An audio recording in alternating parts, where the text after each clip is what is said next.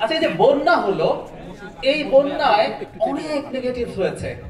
আমরা নানান রকম তথ্য খুঁজেছি, আমাদের সরকারের efficiency up to the mark ছিল কিনা, নানান কথাবার্তা আছে।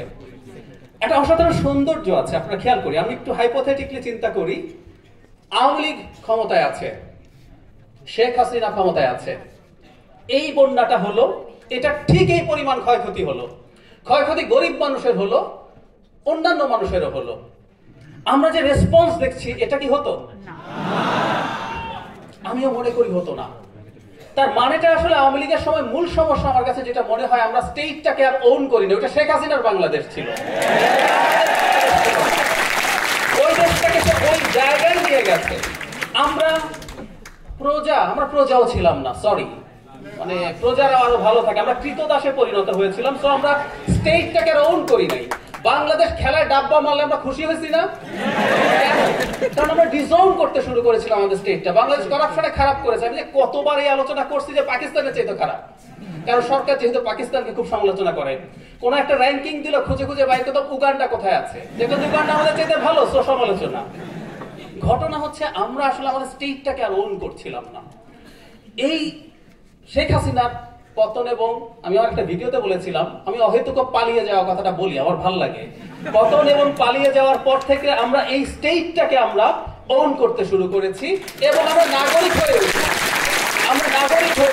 আবার এটা সবচেয়ে গুরুত্বপূর্ণ জায়গা। আমরা এই স্টেটের আমাদের যে অথরিটি আছে, আমাদের যে মালিকানা আছে, সব ছেড়ে দিয়েছিলাম। আমাদেরকে ছেড়ে দিতে বাধ্য করা হয়েছিল। আমরা সেই জায়গাটা ক্লেম করছি যে আজকে এত সারা স্পিড বোট দিয়ে চলে গেছেন, দেখলাম কোথাও নিউজ যে ভেসে গেছেন, পড়ে গেছেন পানিতে। জানি না আমি পানিতে কি করবো, কিন্তু আমি চলে গেছি। আমি গতকাল ঢাকা ইউনিভার্সিটিতে একটা আলোচনা সভায় এসেছিলাম। যাওয়ার সময় ত্রাণ নিয়ে যা যা করছি আমরা, অসাধারণ সব ব্যাপার আছে। এবং আমার এখানে একটা দ্বিমতের জায়গা আছে, সেটা হলো এগুলো প্রাথমিকভাবে রাষ্ট্রের দায়িত্ব। আমরা কোনো একদিন এই রাষ্ট্র দেখতে চাই, আমাদেরকে কিছু করতে হবে না।